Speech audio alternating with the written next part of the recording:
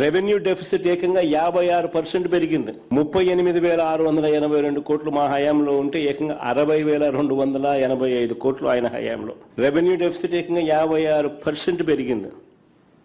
ఇక physical deficit అంటే ఇక ద్రవ్యలోటు చూస్తే ఏకంగా మా హయాంలో చేసిన అప్పులు 60,265 కోట్లు అయితే ఆయన హయాంలో ఏకంగా 81,071 కోట్లు, అంటే ఏకంగా 30% పెరిగింది.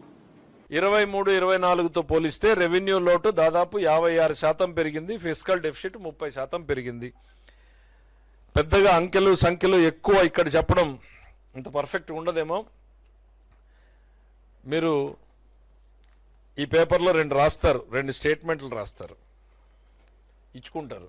ఈ స్టేట్మెంట్లు ఏందో నాకు తెలీదు, ఎక్కడ సోర్సో తెలీదు, ఎవరు వండి వార్చారో తెలీదు. ఇవే మీరు ప్రెస్ మీట్లో లాస్ట్ టైం చెప్పారు. సరే ఏదోలే ఆయన పేపరు ఆయన ఏదో చెప్పుకున్నాడు అని చెప్పి కావాల్సిన వాటికి సమాధానాలు చెప్పాం. అవే తీసుకొచ్చి బొత్స సత్యనారాయణ గారితో కౌన్సిల్లో చెప్పించే ప్రయత్నం చేశారు. నేను ఆ రోజు నిలదీశాను, అయ్యా పేపర్ ఏందో ఇటు పంపించండి, మీరు సిఏజీ అంటున్నారు, పంపించండి అంటే పంపించలేకపోయారు. పంపించిన తర్వాత చివరకు 15 నిమిషాల ఆర్గ్యుమెంట్స్ తర్వాత ఆ పేపర్ పంపించారు. దాంట్లో నిజాలు ఏం జరిగాయో చూశారు, బొక్కబోర్లో పడ్డారు. వాళ్ళ ఓన్ వండి వార్పులకి సిఏజీ చెప్పింది అంటే ఏది క్రెడిబిలిటీ ఉంటే దాన్ని చెప్పేటువంటి ప్రయత్నం చేయడం, ఏదో ఒకదానికి స్టిక్ ఆన్ గమ్మని నేను అంటా ఉన్నా. ఇవాళ 56% డెఫిసిట్ పెరిగింది అనేటువంటి చెప్తా ఉన్నాం. ఎస్, మీ అందరూ కొంచెం ఇబ్బంది అయినా కూడా నంబర్స్లో ఓర్పుగా ఉండాల్సింది తప్పదు. ఆయన చెప్పిన ఫిగర్సు రికార్డెడ్ ఫిగర్సే చెప్తా ఉన్నాను నేను. 23-24లో 38,682 కోట్లుంటే 24-25 వచ్చేటప్పటికి 60,285 కోట్లు, అంటే 21,603 కోట్లు పెరిగాయి అని చెప్తున్నారు. సో దీనివల్ల మీరు గవర్నమెంట్లోకి రాగానే మీ రెవెన్యూ డెఫిసిట్ విపరీతంగా పెరిగిపోయింది అని అడుగుతా ఉన్నారు. జగన్మోహన్ రెడ్డి గారికి చెప్పాల్సింది ఏంటంటే, మేము గవర్నమెంట్లోకి వచ్చేటప్పటికి ఆ రోజు ఆర్థిక సంవత్సరం 2.5 నెలలు మీ చేతిలో ఉంది.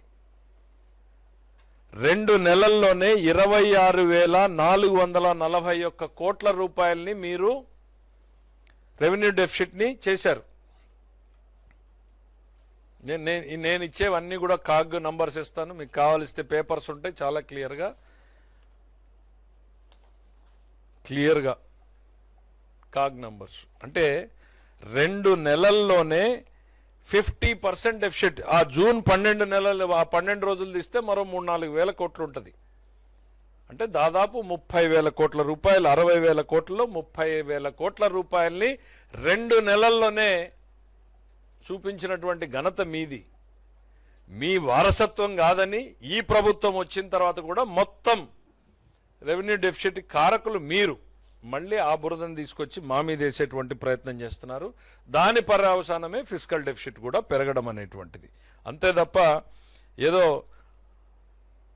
అన్యూజువల్గా పెరిగినటువంటి పరిస్థితి లేదు. దీనికి ఎవరైనా సమాధానం చెప్పాల్సి ఉంటే మీరు, మీ తరఫున ఆనాటి ఆర్థిక శాఖ మంత్రి గారు ఎందుకు ఆ 2 నెలల్లోనే ఇంత రెవెన్యూ డెఫిసిట్ పెరిగింది అనేటువంటిది ఎక్స్ప్లెయిన్ చేస్తే తెలుసుకుంటాం మేము కూడాను.